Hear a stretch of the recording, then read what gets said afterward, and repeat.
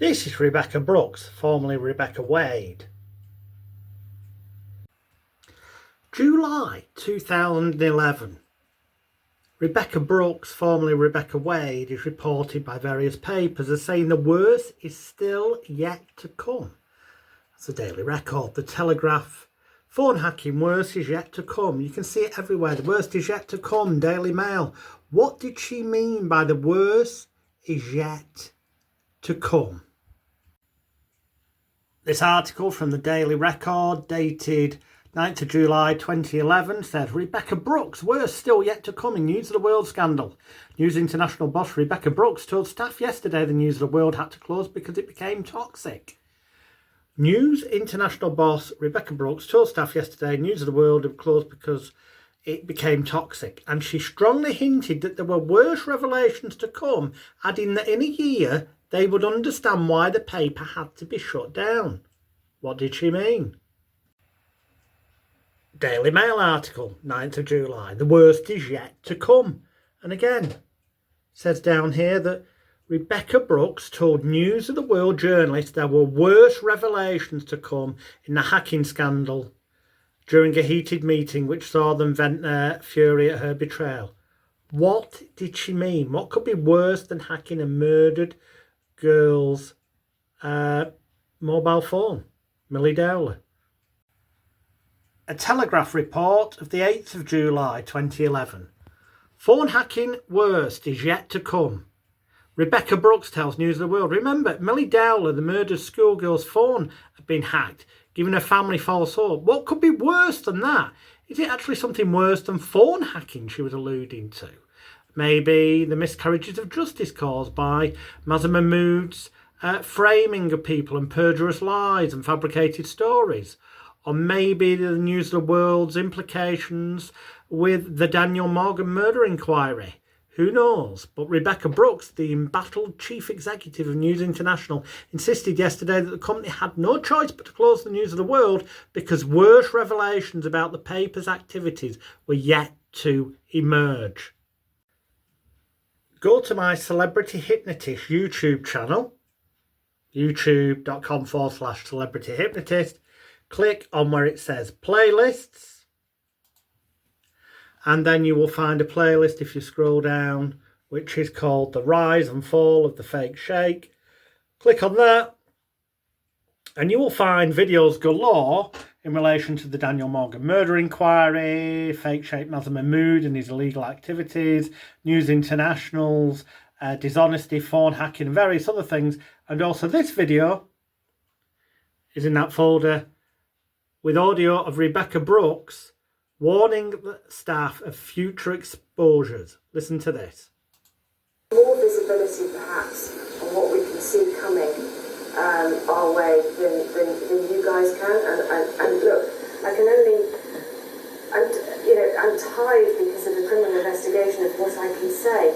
But I think in a year's time, every single one of you in this room might come up and say, okay, well, I see what you saw now.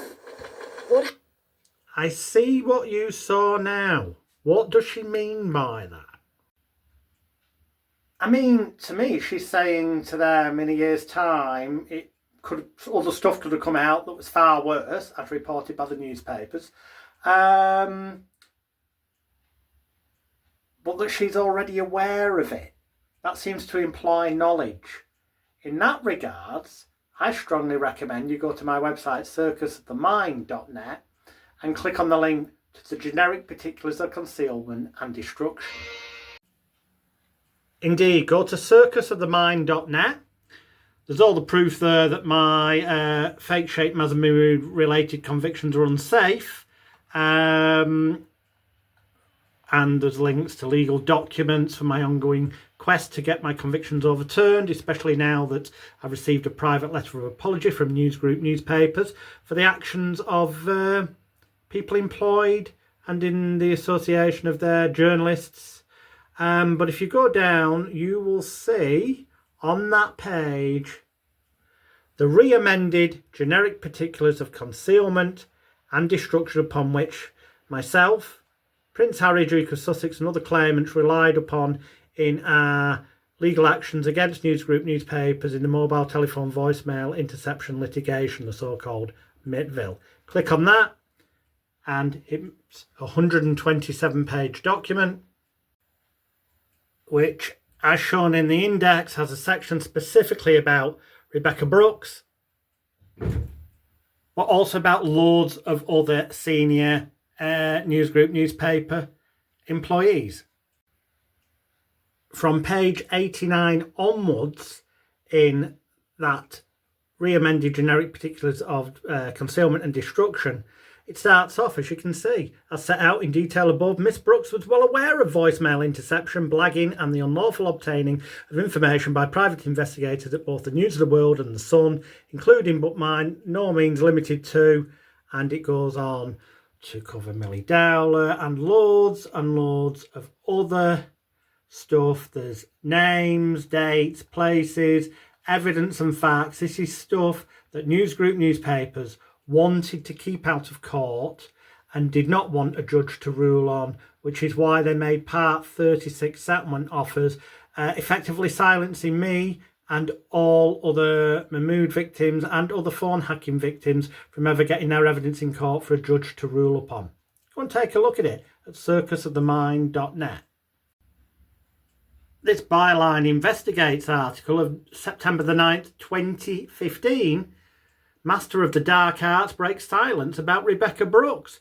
Greg Miskiw, an ex-News of the World executive, has confessed to telling Rebekah Brooks about phone hacking while she was editor.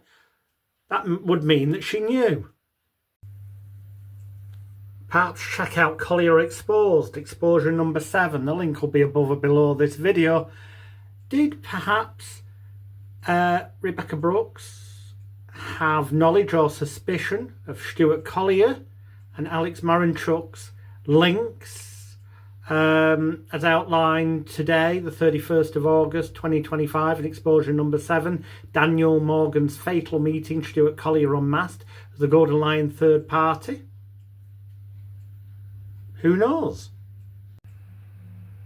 Was she aware that fake Sheikh Mazher Mahmood fabricated stories, messed with evidence, routinely lied, provided the money up front and manipulated situations to make crimes occur that would never normally would have done? Was she aware he was using phone hacking, unlawful information gathering and surveillance techniques? Was she aware that Bradley Page rented a van that was used for surveillance of Dave Cook and Jackie Haynes while he was had reopened the Daniel Morgan murder inquiry? These are things that may or may not be looked at in ITV's The Hack, but could or would have been answered perhaps by Leveson Inquiry Part 2 taking place. So here's the thing.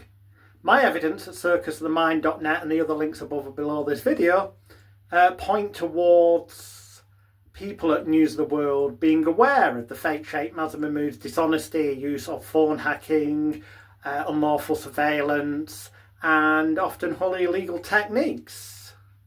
It also points towards them having an involvement in trying to subvert the inquiry, one of the inquiries into the murder of Daniel Morgan. And there is recently links come out today, the 31st of August 2025, exposure number 7 by Collier Exposed, that seem to suggest that Stuart Collier, a former journalist, and had links to Alex Marinchuk, and that they both communicated, it is alleged, by that blog, in relation to things to do with the Daniel Morgan murder. Was she aware of that? Could these be things? One of them, both of them, or could it be something else even worse that was alluded to by there's worse yet to come? As yet, I'm not aware of any definitive thing coming out worse than hacking the phone of a murdered schoolgirl and other vulnerable phone hacking victims. But I would certainly say that once the proof is known by the wider public of Mazher Mahmood's lies and perjurous statements and illegal actions causing numerous miscarriages of justice and wrongful convictions, and also the depths and links to the Daniel Morgan murder inquiry, that they could be perceived by people definitely as being a lot worse. I wonder how much public awareness and interest and digging will occur as a result of ITV's The Hack 7-part drama series starting in September 2025. In the meantime, click on the link for this video so you see it on YouTube on my Celebrity Hypnotist YouTube channel, and then visit the links above or below the video which will tell you more about the Daniel Morgan murder inquiry, more about Mazher Mahmood's miscarriages of justice, and a whole bunch of other related stuff as well. Please share this far and wide. I found this on Web Archive.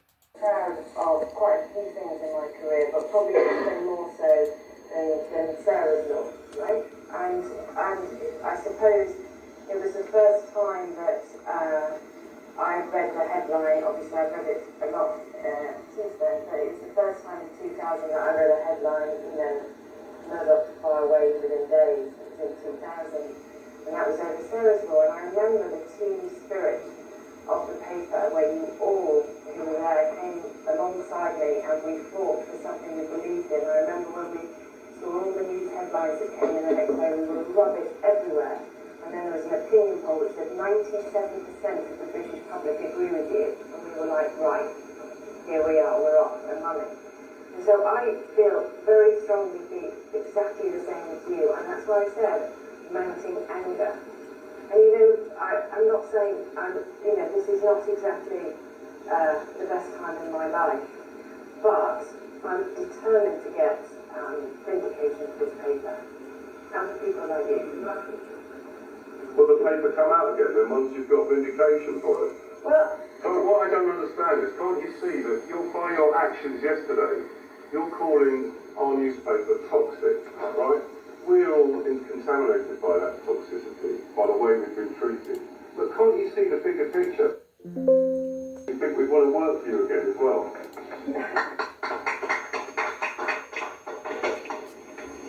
There's not an arrogance about you wanting to work for us again at all. I mean, I'm sorry if that came across. All I meant was that if any of you did want to, that I was going to try and find opportunities. But please believe me, there's no arrogance coming from this standpoint. But on your point about, will the paper, I think you said, will the paper come out again? I mean, we have a belief in journalism.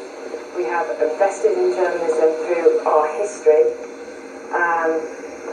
Yes, we're in a very bad moment, but we will continue to invest in journalism. And we haven't made a decision on any new publications or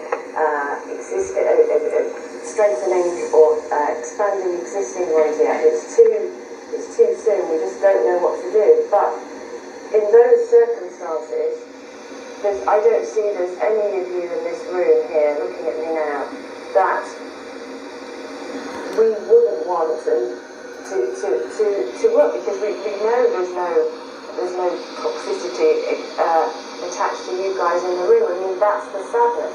It wouldn't be sad. We wouldn't all be feeling like this if you guys were up to your neck in it like previous colleagues. We wouldn't be feeling like this, would we? Well, that